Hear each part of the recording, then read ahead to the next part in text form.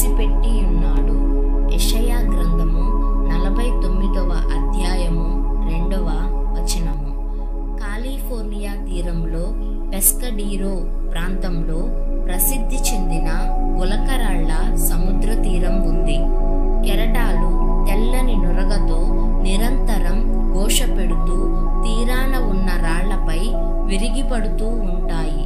చిన్న చిన్న గులకరాళ్ళు అలల మధ్య చిక్కుకుని అటూ ఇటూ దొర్లుతూ ఎగిరెగిరి పడుతూ ఒకదానికొకటి రాసుకుంటూ మొనదేరిన కరుకు బండలకు తగిలి అరగిపోతూ ఉంటాయి.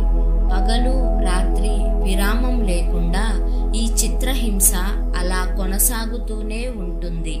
అయితే దీనివల్ల ఫలితం ఏమిటి? ప్రపంచం నలుమూలల నుండి టూరిస్టులు ఆ బీచ్ని చూడడానికి వస్తుంటారు. ఆ గులకరాళ్లను ఏరుకుంటారు. వాళ్ల డ్రాయింగ్ రూముల్లో ఆ రాళ్లను అలంకరించుకుంటారు. కానీ సముద్రంలోకి చొచ్చుకు వచ్చిన గుట్ట చుట్టూ తిరిగి కొంత అవతలగా వెళ్ళండి. తుఫాను తాకిడి లేక నిత్యము వెచ్చని సూర్యరశ్మిలో ఎన్నెన్నో రాళ్లు కనిపిస్తాయి.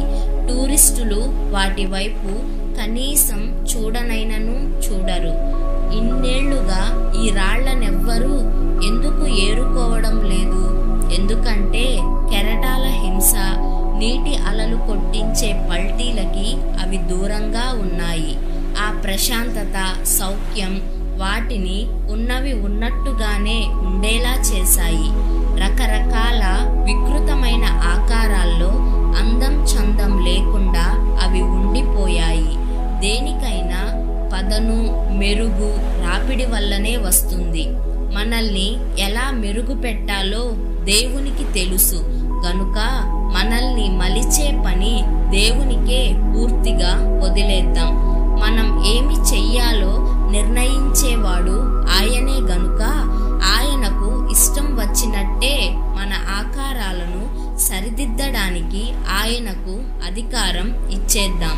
స్తుతి దెబ్బలు శిలను తొలుస్తూ హింసతో రంధ్రాలు చేసే ఉలి, కృంగిపోతున్న హృదయమా, అవన్నీ నా సృష్టికర్త చేతి పరికరాలే.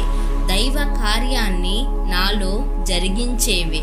దేవుని ఆభరణాలన్నీ స్ఫటికాలుగా మారిన కన్నీళ్లే.